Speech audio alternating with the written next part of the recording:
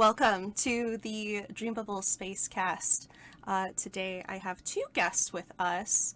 If you would like to introduce yourself, I know you as Roscoe. Yes, hi, I am Roscoe, but I prefer to go by Crumbs or Roz. Okay. I guess Feral is acceptable, Okay, but not Crumbies. I hate Crumbies for some reason, I just do. I got you. And I've been in the Homestuck fandom since I was about 12 or 13 years old, so I've been here for a while. Not the very beginning, but like close to it. Nice. So what was your introduction to Homestuck? How did you find out about it? It all started when I was on DeviantArt, actually. I was in the Adventure Time fandom. That's when I first started posting my art. For some reason, I just was super attached to like wanting a relationship. So I would always write stories between my characters about them having a family. And Serial knows a lot about this. And I just like it's kind of like if you play The Sims and you just make generations. That's like the aspect I like, because you can mix and match all these other genetics and styles and whatever just to see who gets what. The one family that I did make between two of my Adventure Time OCs, it attracted the attention of one of my friends that I still am pretty good friends with. I literally met them like at Requiem last year. I forgot what their DeviantArt name was, but they don't have it anymore. But I'll just call them by their name, Rachel. We met on there because she saw one of the children in that family group. She came up to me and was like, "Oh, I love your art," and we just started talking about Adventure Time and our characters. And then one day she asked if I had a Facebook, and I was like, "Oh yeah, sure. Here's my name." Da da da da da. Then we moved our conversation to there, and then she said, "Do you know about Homestuck?" The classic question. And I was like, "No, why?" She goes, "Well, one of your characters kind of looks like this one character named Jade," and I was like, "Who's that?" And then she started sending me photos and then memes, fan art. And I was like, that's what that is? Because another small thing about Homestuck, before I fully got into it, was I would see snippets of it, like just the classic screenshot, or like of the first page of John standing in the bedroom. Yes. And I always thought it was boring, because like, that doesn't seem appealing. And then as soon as I saw all the trolls and whatnot, I was like, okay, you got me hooked. Oh yeah, that got a lot of people. Yeah, that always gets a lot of people, because I'll admit it, I was one of those people that would skip ahead to the trolls, but I would go back, That's good. and then read to it, and then continue. That's fair. You did go back, so you repaired your blasphemy there. Yes. That was so funny. That was such a notorious thing. People would always talk shit about it. Like, oh my god, all these people that are just skipping to the trolls because they only care about the trolls. I have a controversial opinion about this. Oh? Go for it. I have a notoriously controversial opinion about this. If you read it like that, it's in chronological order, so it makes it easier to read. To be fair, yeah. Yeah, it honestly helped me to read it that way. Yeah, so you said you came from, like, the DeviantArt days. Was there anything notable on there? Did you ever go back and see, like, Homestuck art there? That wasn't until a couple years later. I was like 14 or 15, when I first started getting into making fan trolls. So I was like, I wonder if there's any art bases, because I was still learning how to do digital art. And since I was a kid, I didn't have a lot of money for an art tablet, so I'd always do it on like MS Paint. So I would always look up bases, and then you know how they are. You go over the bases, you fill it in with a paint bucket, and you just pick like a random blood color and then a weapon. Oh yeah. Oh, that's the good Gosh. stuff. I can't tell you how much influence from Soul Eater I had just to give my first fan troll like a scythe for a weapon. So how did you went through, read Homestuck, you did, of course, the trolls first, you went back, you read it all. So what, did your friend get you to do that, and then you guys started talking about Homestuck? Yeah, we started talking about, like, she'd be like, "Oh, did you get to this part yet?" I'm like, "No, not yet. I'm at this part." And then she goes, "Oh, that's my favorite part. This is where da da da da da." And then she shows me more fan art, and she goes, "Do you know what my favorite ship is?" I'm like, What's a ship?" Because I was still learning about that. I did not have internet until I was like 11. Oh, that's so fair. So you got introduced to the shipping side of it. Yeah, like the That's whole where it fandom belonged. aspect. Yeah. Oh, you know, the one funny girl with glasses, and then the funny other gray girl with glasses, long wild hair. I'm talking about was the- Jade and Vriska. That was the one. But I was gonna ask you, so where does the like role playing kind of aspect? Did she teach you how to role play too? Yeah, she taught me how to roleplay. I think it was before I fully learned Vriska's Muse. So, of course, I was inaccurate, but she was patient with me and didn't really mind. So I was just learning as I read and as I went. Over that course of time, I just got stuck with RPing with Jade and Vriska. I got so attached to them.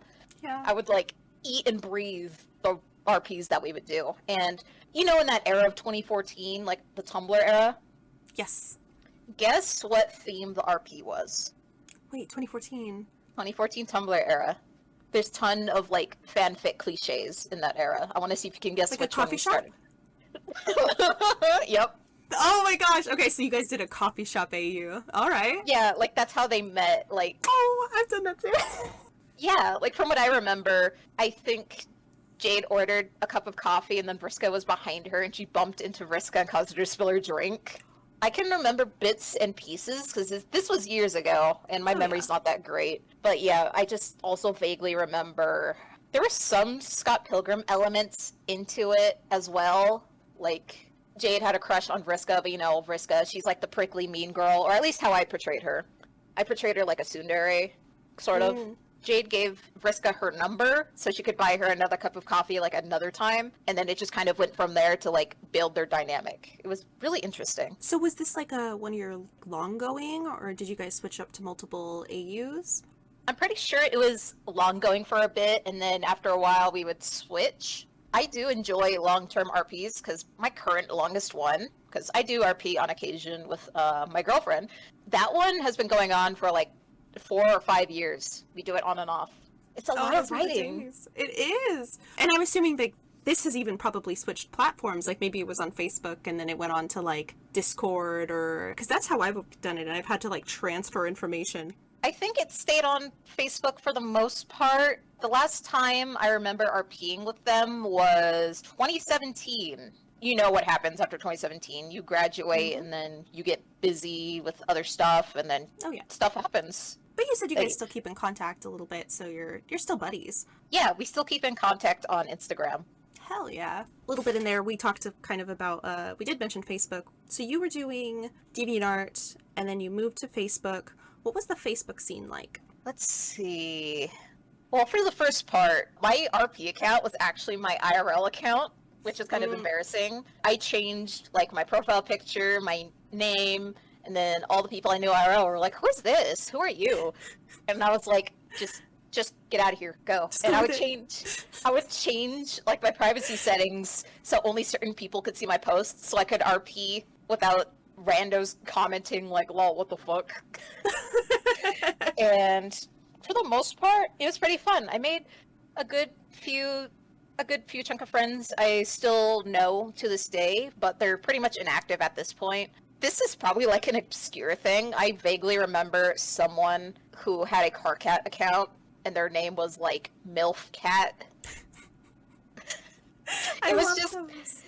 It was just Car Cat in like oversized high heels, chunky pearls, and then like a baggy dress, but you could see like his regular clothes like underneath, and then he had like gaudy lipstick on, and he was So were they just nag- drawing this?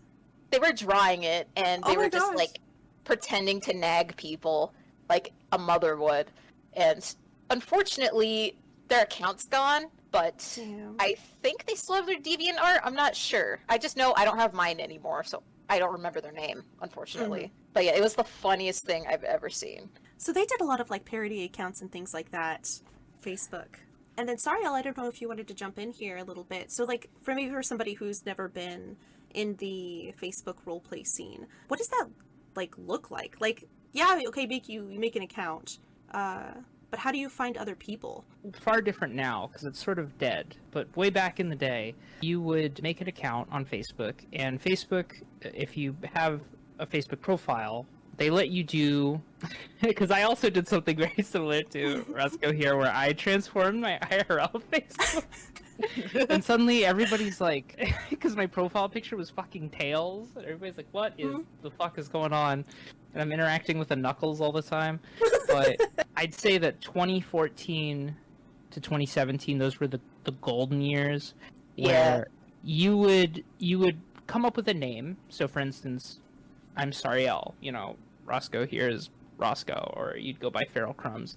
And Facebook had this feature where you'd have next to your name, you could have a nickname, and so people could search that up too. So my name would be like Tails Prower, but then in parentheses it'd be like written by Sariel, Sariel's Muse, lit Sariel, or something like that. And then so you'd find people by using those sorts of terms, Muse, lit, written by. And especially once you get to 2015, people started using like unique Unicode lettering for their like account names. It'd be like the Condis, but it'd be like in like really awesome like curved letters or something. And you found people by adding other people, and it became like a vicious cycle. You just kind of typed in a character name, and then you'd see accounts pop up with that name, and you just mass add people and be like, oh hey, wanna RP? But that's also just kind of part of another deep issue, like internet safety. The corners you don't want to be a part of. So this reminds me of when I was on Kick for a minute, and it was around that time. They had like the ability to search up like groups and things like that. They eventually like added that, so you were able to like kind of find things a little bit more easily. What you would do is you would try and look up people's usernames by just guessing. I remember like I was in Creepypasta, so it would be like Jeff the Killer RP, Jeff the Killer Roleplay, and anybody who had like any of those names, Jeff the Killer, anything. And then it was through that we would meet other people. And it wasn't a perfect system, but just like you said, they were bad actors. It was Kick, after all, right? For somebody who maybe doesn't know, like, well, we're talking roleplay. We are talking about how, like, okay, so you would choose a character, and you go find somebody, and then they would have another character. And you'd hit them up, and you'd be like, hey, you want to roleplay? And you would each roleplay as these two separate characters. How did it work for you guys? Like, would you have like your own canon? Were you always like creating something new with somebody? Yeah, like on and off, like with different people. Like I'll ask them what their head canons are, and then they'd ask what mine are, and then it'd be like, okay, cool, and then we would just create our own story together. And then since you were adding people through other people, was it kind of like the most active people generally knew each other? Yeah, for the most part, it would be like mutuals of other mutuals, or just like someone random would also just find me and add me because they just typed in the character name. Yeah, it wasn't too difficult to find people that way. You just, like I said, you just kind of type it in and then boom. Yeah, we were kind of talking about like bad actors. What do you mean by that? Well, before we get started, of course, big trigger warning, because I'll be going into the stuff that I went through as a kid, and because, deep dangers of the internet, predators, grooming, stuff like that. SA. But yeah. Okay, moving on. So, that side of the internet. Okay, let's see. So, I guess this is before I added anyone, but this is like context to how everything kind of happened. Because, when you're a teenager and you're on the internet, you see things you shouldn't see. There were other RP accounts that would literally have like straight up porn as like their profile picture. So I saw a ton of tentibulges as profile pictures, and I was like, what in the world is that? I was just so confused about it. I didn't look it up myself, and it would be like 18 and up only account. I never added them. On the other hand, though, the whole reason I was falling down that rabbit hole was because when you're very close friends with someone and you're both kids, you do things together, right? It's just a part of growing up. I just remember one day we were talking about, my friend Rachel and I were talking about headcanon voices, and then she said, oh, I have this one headcanon voice for Jade, but I do have to warn you, it's a bit NSFW. And I was like, NSFW? She sent me like a link to a Tumblr page. I'll give you a minute to try and guess what that page was called. Was it Homestuck Voices? Yes. Oh. I forgot what the audio, or what other character was in the audio. I think it was just straight up Jade and Dave. This isn't NSFW. And then it got to it, and I was like, I shouldn't be listening to this. And I immediately closed out of it, and I was like, yeah, I think that voice fits perfectly. It's like come back, okay, like, okay, that was a good Jade. Thank you. Like, I wasn't upset about it. I was just like, that was interesting. Because to be honest, I did like that voice headcanon. I'm just surprised you didn't tell me where to cut off before it got to edits of W, because, you know, we're kids, we're stupid. We forget things. So I wasn't going to hold a grudge over that. I think over that course of time, we just, like, as we were RPing, I think we slowly started doing smut RP. And I was like, oh, this is okay, because they're my friend. But you know what they say about the internet, not everyone on the internet is your friend. I took that, and then I added another person, and then they asked me if I did, like, smut RP, and I was like, yeah, I do. I guess we would do, like, an intro, it wouldn't be too spicy, and then they would ask how old I was, and I'd be like, oh, I'm 14, and then they would stop, and I wouldn't know why, which is good. You should always, always stop your shit if you do stuff like that. It's always good to stop. I do not condone that shit whatsoever. Because I know as a kid you make mistakes. So that was like one of my first big like lessons I didn't realize until I got older. But yeah, just some people were like, nope, get the fuck out. And then other people were just like, oh yeah, I can smut with you. Sometimes they'd be the same age as me. Sometimes they were not. From what I can recall, one of the earliest ones I can remember, yeah, I was still 14. And then it was with someone who was 16, a little bit older. Ooh, I don't like to think about it too much, but I kind of laugh at it in good fun now, just because I'm over it. It was like one of the weirdest experiences of my life, because they introduced me to something I did not know about in terms of like smut RPs or like fetish stuff. And I was like, what the hell is this? But anyways, we started talking, and then they're like, do you know what vor is? It made me so uncomfortable, but I didn't know how to tell them to stop because I thought I had to RP. That was before I got diagnosed as autistic. So, like, because I just was kind of masking, and I was like, oh, I'm supposed to do this, you know? Just kind of went along with it, even though it made me uncomfortable. See, it's complicated, right? Because it's like, oh, I was doing that stuff when I was 14, 16. Absolutely. But I came out of it like I was pretty chill, like, with it. I was like, cool, this is just what people around, like, everyone around us, like, was doing. Yeah.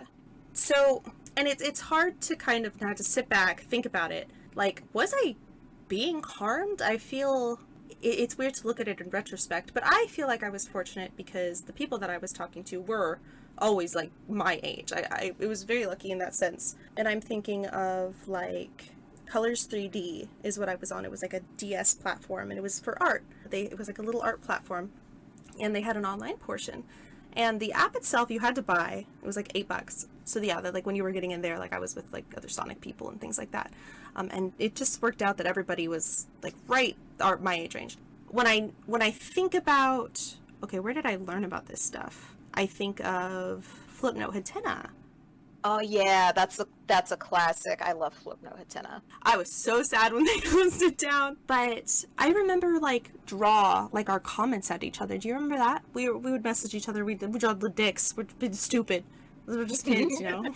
Yeah. But it was during that time too. I think about that. It's like, oh, it was normalized pretty early on. Like I was just used to sex. So when we were jumping into it in role plays later, it was just kind of like, yeah, it's just normal. It's just what we do. We're all doing it. Yeah. So I don't blame you for not knowing where your like comfortability was. And like, especially if you're in this position where it's like, okay, how do you opt out getting introduced to something strange? The one that they introduced me to in one of mine was inflation.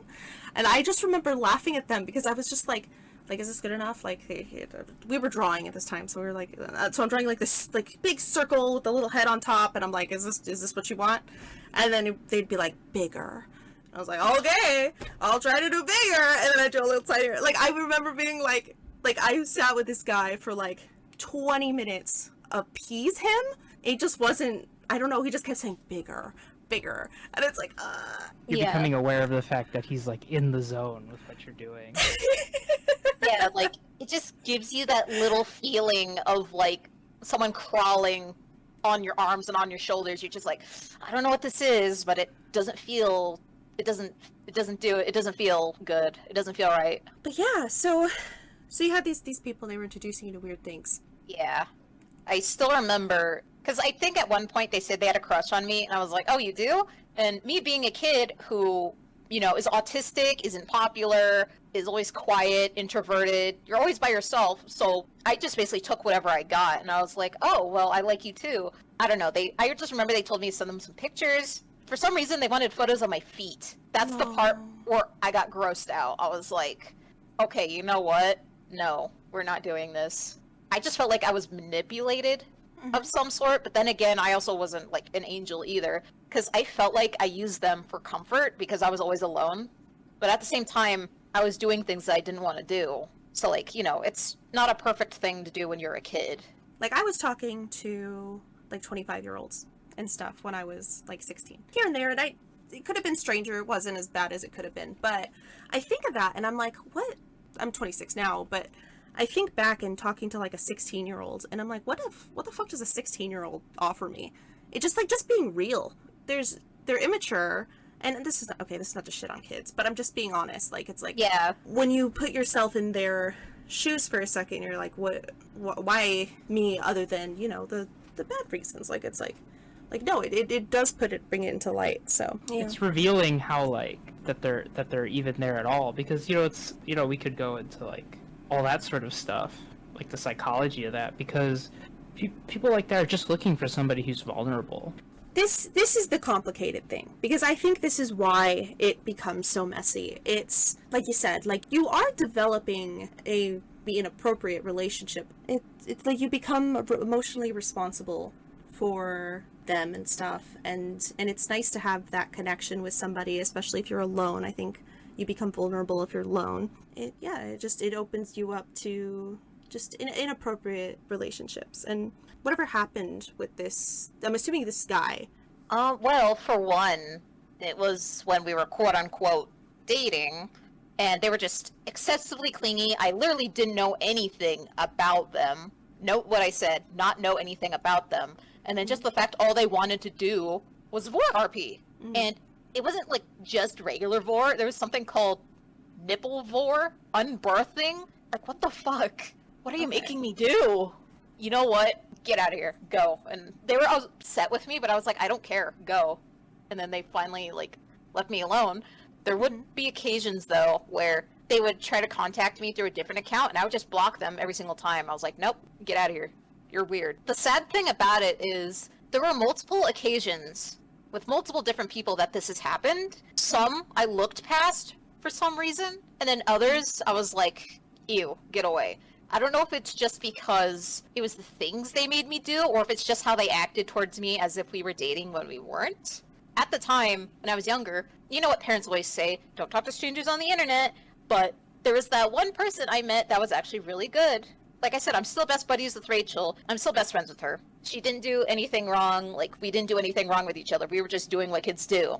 It's just the other people that I didn't realize were those strangers my parents were warning, or my mom was worrying me about. They always say, oh, you're going to get groomed or something. Don't tell them your address. And I was like, I'm not doing that. But they didn't really specify what grooming was. And I'm pretty sure every kid has experienced that. Like, just their parents tell them, don't talk to da-da-da-da-da, and they just don't give any further detail. So, if you were a kid, what advice do you think at the time would have actually have helped you? I definitely would be more cautious about what people talk to me about. Like, if I don't know what a thing is, and it gives me, like, this feeling, because you know that gut feeling you get when you first just interact with something that you feel like you shouldn't be, and you get that gut feeling that it's wrong. Listen to that feeling. If something feels wrong, just do not go through with it. Like, even if it's someone your own age, just be like, I don't feel comfortable. And if they get upset at you, then just tell them, sorry, I just don't feel comfortable. So it should be reason enough. If you're getting your no, just, yeah. Yeah. I would say, I think it's easier now to curate these kinds of experiences, which is oddly, it's oddly, what's the word? Not oxymoronic, but it's like, it's really funny because there are really no children-friendly spaces online, adult-exclusive spaces. Companies want to make the most amount of money.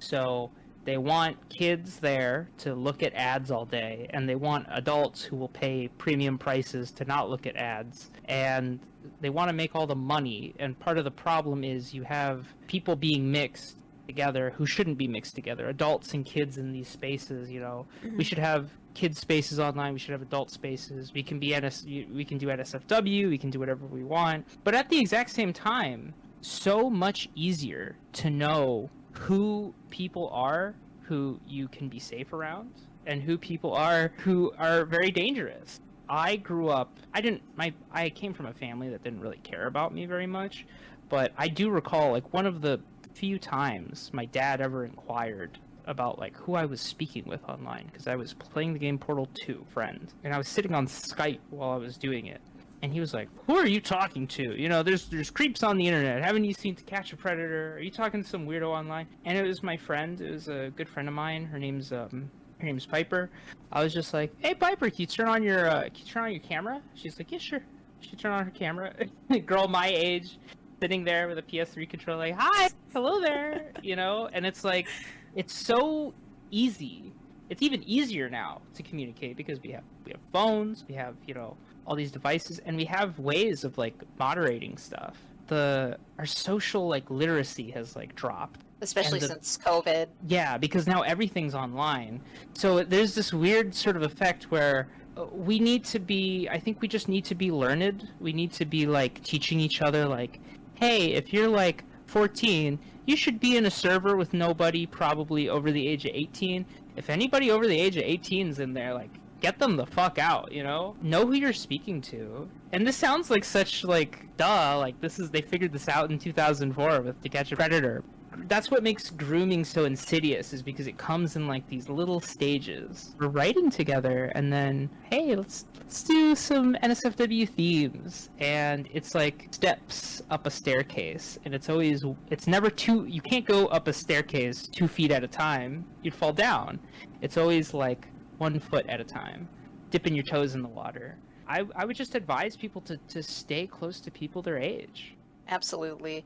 So these spaces now, what we're seeing, at least in this fandom and what I've observed, I'm not sure what things look like everywhere else. So they make little like Discord servers, talk to each other in like group chats there.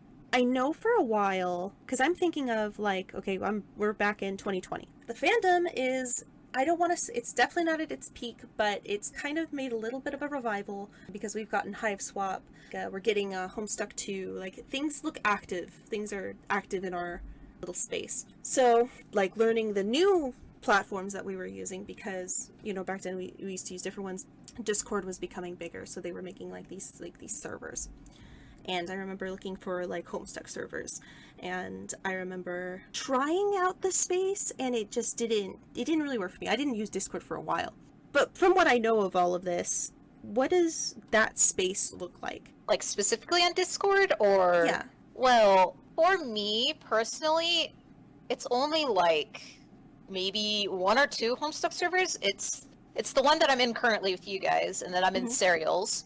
I think I have Sawcon muted, just because notifs go off all the time.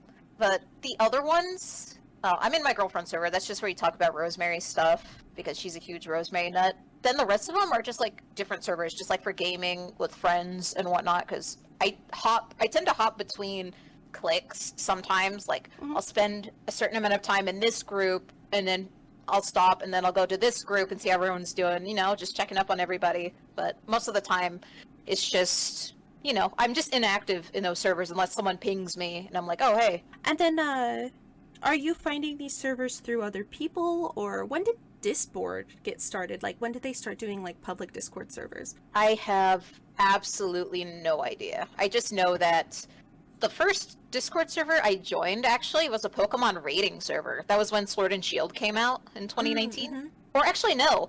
It was actually a shiny hunting server, because it was when I graduated, and I got Pokemon Moon, and I learned about shinies, and I became, like, addicted to finding them. So I would do nothing but shiny hunt, and I found other people that shiny hunt with, and then it just kind of branched from there. Then it was the raiding Discord server.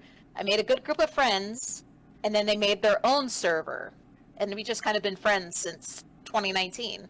I think for, like, a lot of us, you know, we write and we want personal interactions. Like, especially as we grow older, we're finding it like, I don't want to go out there. And that's kind of how the RP scene on Facebook really died. It's like, I don't want to go out of my way to go, like, fucking wait and have to find somebody to be a Roxy. Like, I just, my friend is my Roxy, you know, or my John, or my June, or my Vriska, or whatever, you know?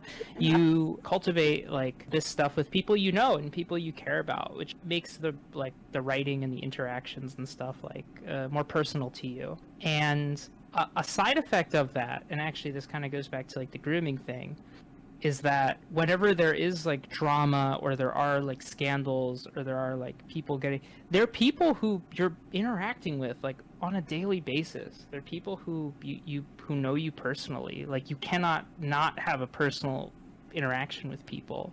And for a lot of us, we only, like, go to these spaces, like these servers and stuff, because, well, like, you're there, Roscoe's there, like, people I know are there, like, so I'm going to go there and interact. Like, the big servers, like, I don't touch that. I'm not a social butterfly. I don't feel like... But then if, like, something bad happens in our server, you know, it's always, like, it's very personal. I have something about that I do, like, want to add on to, just, like, that whole general situation. That situation was, like, very similar. It was back in the Twitter days, before it became what it is now, the absolute, you know, cesspool. It was about 2020 to 2021 where I decided to join Twitter on the Homestuck fandom. I was on Twitter previously before, but that was for Splatoon stuff, just, like, specifically, because I had a Switch and I wanted to find people to play Splatoon with. Then I evolved into doing Homestuck art, and I would just start posting all my Jade Wrist stuff, and then a lot of people really liked it. People started reposting, follow, reposting, and then I just soon become friends with, like, some well-known Twitter artists at this point, and I remember being in someone's inner circle, and he invited me to their Discord server. It was pretty chill for a while. All I know is that a year or two later, I get a message from a mutual who was in that server, and they're telling me something about one of them supporting an artist who draws illegal stuff. Oh my god. And I was like, oh, because the thing is, I would VC in there on occasion. I wouldn't do it all the time. So I didn't know them very well. So I was in a predicament. So, like, my anxiety kicks in. And I'm just like, oh no, do I leave the server and so they know that I left? Or do I stay in the server and I just get called, like, a supporter or, like, an apologist of said person who supports this person who draws, like, illegal content? And I just got so anxious. I worked so hard to get this amount of followers, because at the time I had 289 followers on Twitter. I was almost at, like, 300, and that was the biggest thing for me. That was, like, the most amount of people who've seen my art, especially as an artist of my skill level, because I still have a lot to learn. There's nothing wrong with my art, but I just think I could improve. I was just at that point where I was like, I shouldn't be involved in this. I tell them that, but I was like, oh, okay, and then they said, you don't have to leave. It was like that sentence, it just kind of sounds like, how do I explain it? Not manipulation, but, like, trying to coerce me. I was desperate to have more friends, and then, like, you know, you want everyone to see your art. You don't want to have any bad blood with anybody, because that's my main issue. I feel like I'm too nice sometimes. So I'm told that, and I'm just like, oh, okay. So I just kind of stay as a lurker for a bit to see what's going on. I just see someone say that a bunch of people got kicked because they don't agree with this one person doing this. Oh, I might as well just leave on my own then, so I don't have to be too involved in that, so I leave. And then as time goes on, I just see more and more stuff get built up about that person. The one thing that made me very anxious was my name was in that thing. It was like a screenshot. My name was in a screenshot, but I wasn't doing anything. Yeah, and I was like, oh no, what if someone's gonna, like, come to me and then accuse me of something? But in reality, I just lurk in servers. I just don't interact in servers. I'm just kind of in there. But, you know, just anything like that will drive you crazy. All I can remember is that I got so anxious to that point, I deleted that account, and then I remade it to start fresh, just so I wouldn't have to go through one by one to unfollow everyone involved. I just kind of deleted that, then I had to wait to get my user tag back, and then that's when I kind of went back to my Splatoon roots, and then I slowly went back into Homestuck. That was, like, the hardest thing I had to do, because that's when the algorithm changed. So I went from having 289 followers to being stuck to having 60 followers for like almost a year. And the worst part is, when I was going through all of that deep-held anxiety and all that drama, that was literally when I almost lost my mom. I shouldn't be having to worry about crap like that. Because at the time, I just barely turned 24. That was in, 2023. And that's when I realized I just shouldn't give a shit about it. And that's when I finally learned I should be thinking about myself and what I do IRL than some shitty call-out posts, especially when I didn't do anything wrong, you know? I just was stuck in my head. I felt like I was manipulated. That was also kind of part of it, though. That one person that told me what was going on, I just kind of feel like I was manipulated to be on their side. That's another thing that I forgot to mention. So basically, that one person who told me about that other person, it just kind of got into a habit of, like, I guess you could say just kind of like peeping in on the other person and just kind of posting screenshots of like what they were saying after the situation and like shit talking each other. And I got sucked into that mindset where I was like, oh yeah, they're not a good person too. But then I realized that person wasn't really a good person either. And they have something going on. So I was like, yeah, no, I just can't do that. I'm getting too old to be doing that. I shouldn't be doing that. And I just slowly recomposed myself, and then I just got better over time. I'm just grateful that I learned from that, because what am I to do if I was like a grown-ass adult storing up shit like in high school? You'll have somebody who takes advantage of other people that went through things like grooming. Like they know what grooming is like. And if they're pointing at someone and they're like, that person, look, they were grooming people, that whatever resentment, whatever anger that you have towards either that person or like understanding what these kids are going through, of course you're going to be like motivated to take this villain down. So do you think, this is me assuming obviously, but like, do you feel like that played a part in it, that it was kind of like getting justice for people? I'm honestly not quite sure. I'm not quite sure how it turned out. All I remember is that the one other person who told me what was going on, there's also like some part of their involvement in a different thing that happened. So that was kind of like another part where I was like, oh my god, they also did something. Common sense just kind of kicked in. You just kind of don't accept one piece of evidence and be like, all right, you're out of here, without seeing the other side of it either. Because it's always good just to find every piece you can get. But also at the same time, why are you involved when you're not involved? And yeah, that kind of gets back into like when it comes to these issues with people. Yeah, like you said, it's worth it to see both sides of the situation and kind of for yourself decide, or if you have a feeling of like what really went down, like to trust yourself and not trust other people to make these decisions for you, because then that doesn't feel good, especially when you find out that the person who's been telling you what to do and manipulating you, like you said, ends up being bad people themselves. It's happened more than once, I'm afraid. Ugh. But yeah, that's kind of like when I started developing trust issues.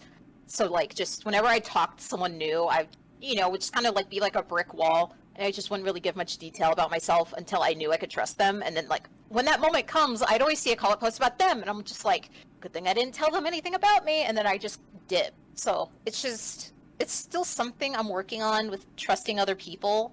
So it's just kind of a hit or miss thing. But so far, I'd say since then, it's been a bit of a better experience. Do you feel like you're also around like what I'm trying to ask is like, do you think aging has played a part in that? Like, do you feel like the people that you've been hanging out with, they've been growing up, now we're 25, 26, that these things kind of like fall by the wayside? It's like, okay, not everything is so dramatic because not everybody's a teenager. Yeah. At the time, I went to the Requiem Cafe 18 and Up party, went to go meet my friend Rachel for the first time. I also remember there being another controversy, well, a quote-unquote controversy, about the Before Canon update, and that was the whole adult thing, like the adult sprite versus the kid sprite thing, where they're like, oh, if you draw NSFW of this character and they're still wearing their childhood clothes, that means you're a pedophile.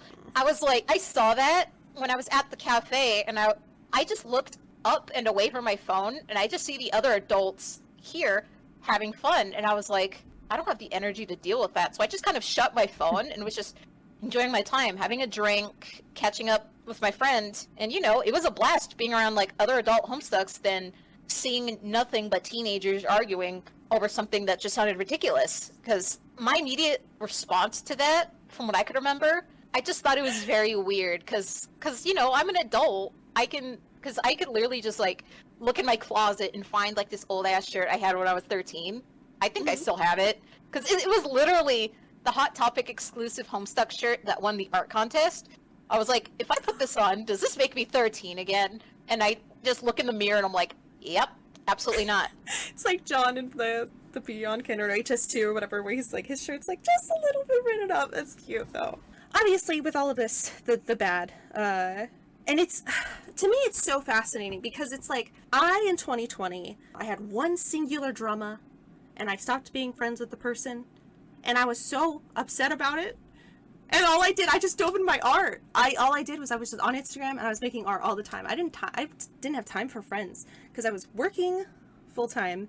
I had college part-time and then a part-time job. So my free time was like, I'm just gonna draw. I just want to draw. And then it was, and then that just continued on. So when I came around in, I would say just before Blue Sky, because I only recently deleted my Instagram, that I was like, okay, I'm going to, like I said, like try out these, like try to meet people, try to talk to people. Blue Sky happened.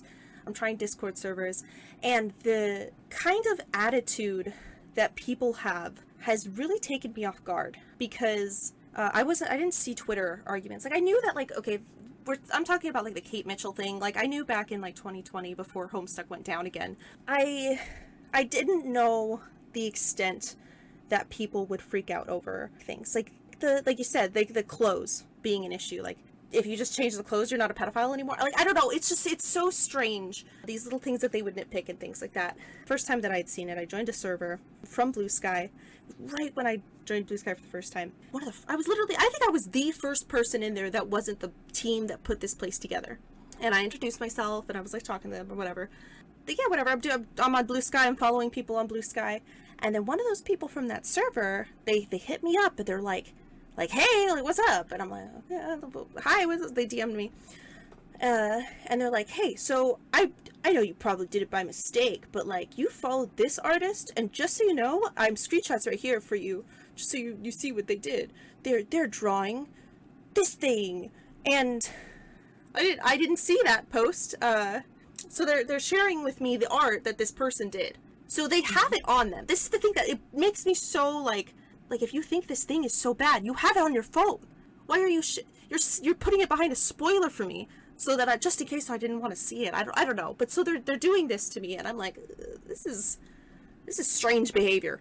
I'm not into this. Is this what the server's about? And then he was just like, yeah, like these are the lines that I have. Like nobody's into this and this and this and this. And some of those things I agree with, obviously. It's like, oh, okay, yeah, that is weird shit. I don't even need to say it. But he had like a line where he was like, this person can't post feet. You're fucking drawing feet. You're an awful person. And we want to protect the server from these kind of people. And I'm like, okay, I'm not about that attitude. I was like, I'm gonna unfollow this person because you let me know about this stuff, but I'm out. You know, like I'm not interested. And then I was messaged by a separate person who was in the server that tried to add me right after I left, and I'm like, okay. And this guy lets me know. He's like, hey, just so you know, this person that, like, the server you were just in or whatever, the guy, like, he's really freaking out about the fact that you left the server because he told you about this art, but, like, I think he's going overboard about it. If you wanted to start a server, blah, blah, blah. I don't know. It was like a whole drama that I was just like, why is this normal? That's the thing that gets me. Is like, how is, like, we're okay with this behavior? This is, like, what's acceptable, like, here? Like, I don't give a shit what these other people are into. Why are we talking about sex? Like, I don't even know you guys. It just, I don't know. It takes me off guard. And I'm learning that this is coming from, like Twitter. And Twitter, the hellhole that it is. I don't know. It's really fascinating to hear people have been so aggressive with each other. Yeah, I don't know. It's just, it makes me sad because the parts of Homestuck and the parts of like fandom and things that I enjoyed was always the positive interactions that I had with people. And like you said, like you wanted to have like close connections with people, you wanted to write, you wanted to talk about things. So seeing that like it's not about Homestuck anymore, it's about like the meta, if that makes sense. I think I understand what you're saying. Yeah, like catering yourself to like other people. Like their moral compass. Yeah. Like exactly. There was such an inquisition. I know somebody had like a problem with my term, called them Puritans, Quakers, stuff like that. Like, Quakers are actually not even that bad. I was like, shut up, you know what we're saying. Yeah, you know what we're saying. Protestant about things, but yeah, very evangelical behavior. It's like such an inquisition, and it's a combination of lots of things. It's a combination of good and bad things. The good thing, what I was describing, having social literacy, having like good social hygiene, being able to say like, I don't want to talk, I need to know like people are freaks.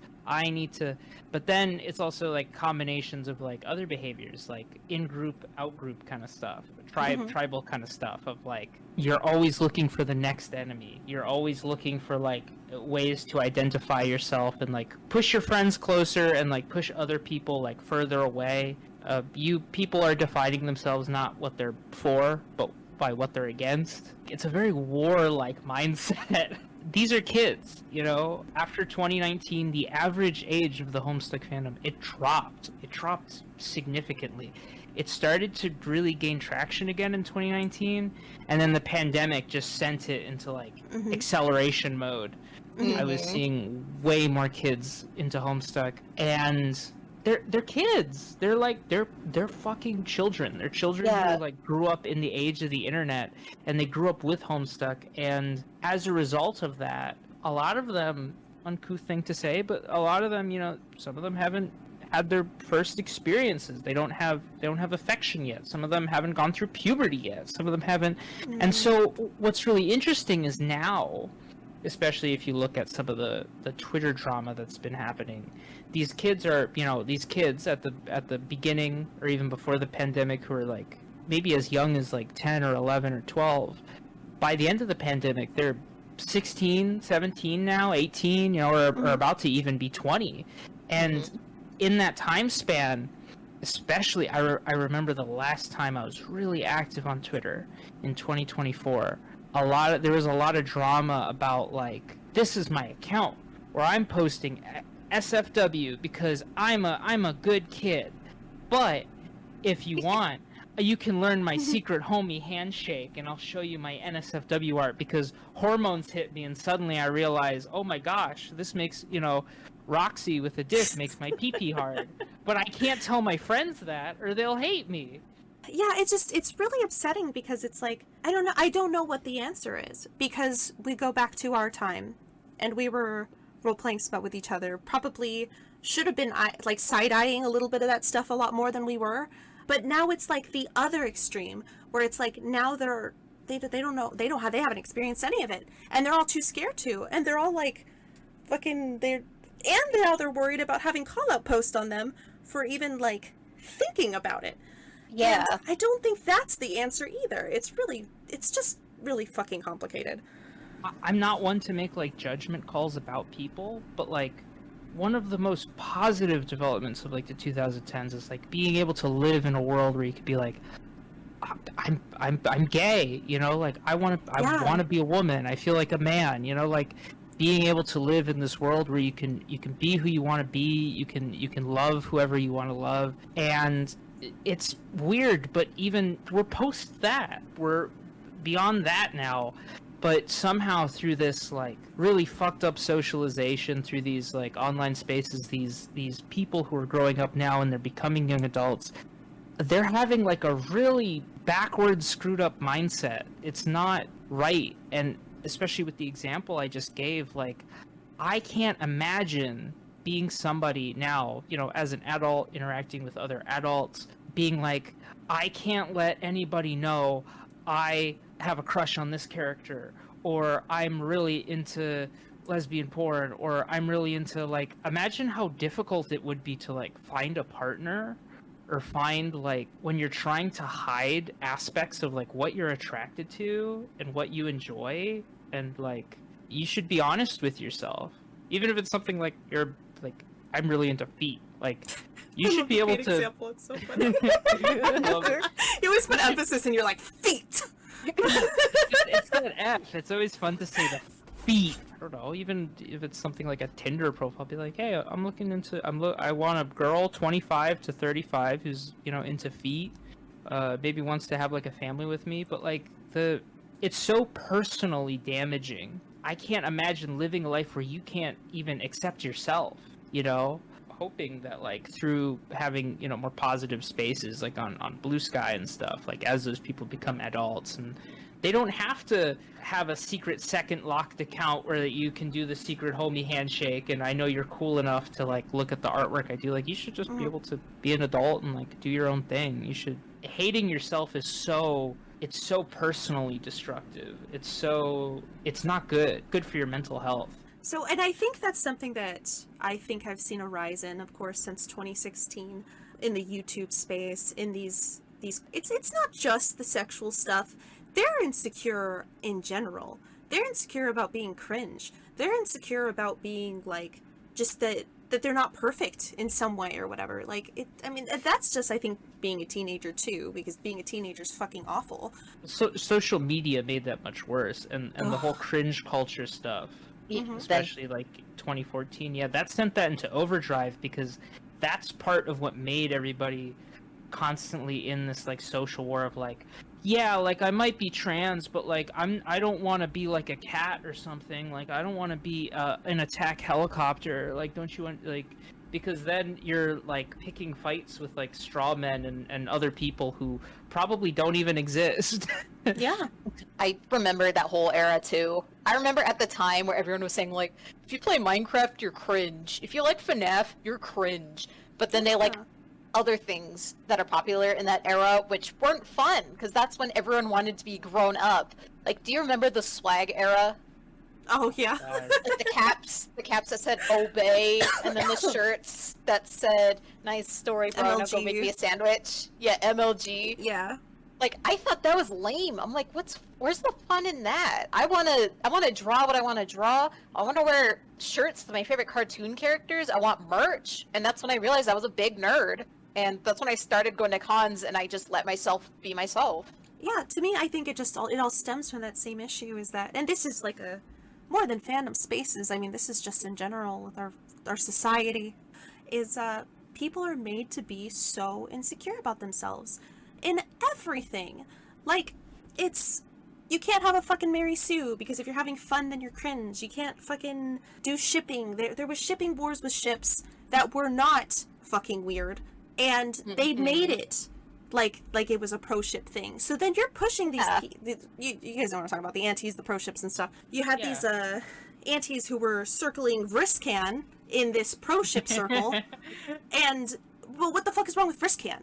Like, but they have to make something wrong with Vriscan because they don't like it, and there needs to be like a moral, like you're evil, and we need to be able to call out posts or whatever about you, whatever the case might be. And you guys seen it. Okay, there's things that are objectively bad, but if you could moralize, and if you can make this thing seem just as bad as this other thing, then you don't have to see it, because everybody's bullying the people that make it or whatever.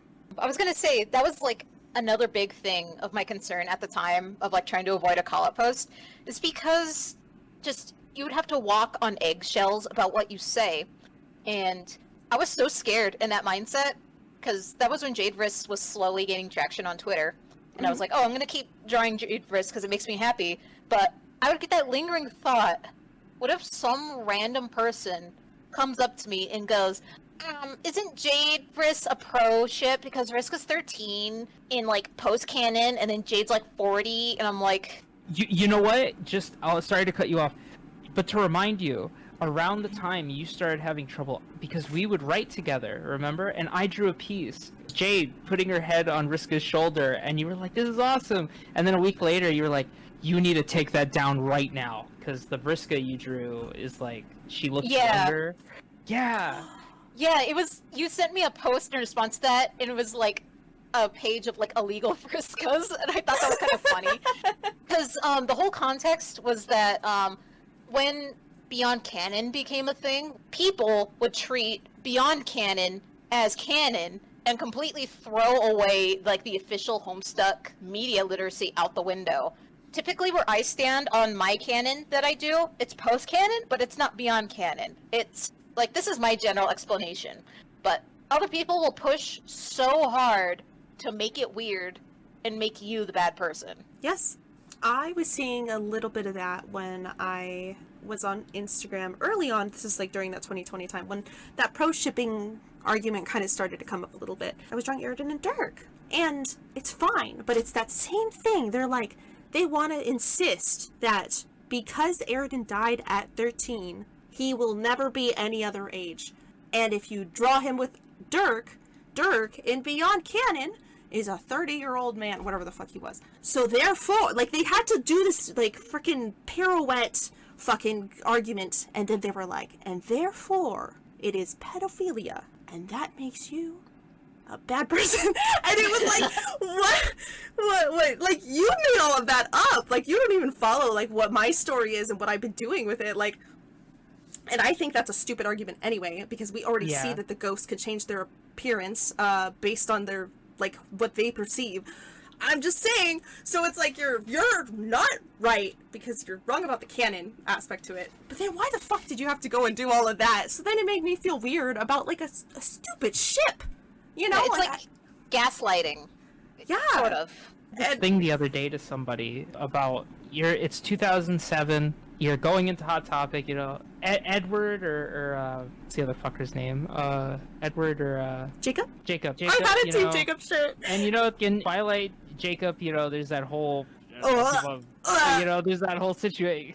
Those books were written by a Mormon, so but there's that whole situation where it's like Jacob is destined to end up with Bella and Edward's like daughter and all that kind of stuff. And just thinking about like, yeah, you know, 2007, 2008, okay, Twilight, all right, whatever. And then fast forwarding 10 years, like if you were to take that person, they walk out of the Hot Topic that day, they were to stuff them in a freezer and then thaw them out and be like, they could not do that.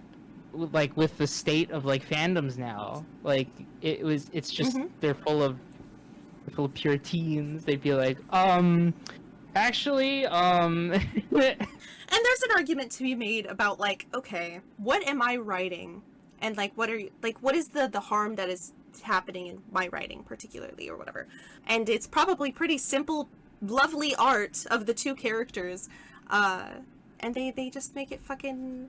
Like, how are you mad at that? I don't know. It's just, it really ruined a lot of the things that I think made fandom good. And it was the fun that we would have together. Like, random ships that we would do. Like, fighting somebody who roleplays a character. They roleplay a different character. Just, what does that look like? You know? Like, and you end up falling in love with those. You know? Like, those are the ones that really stick.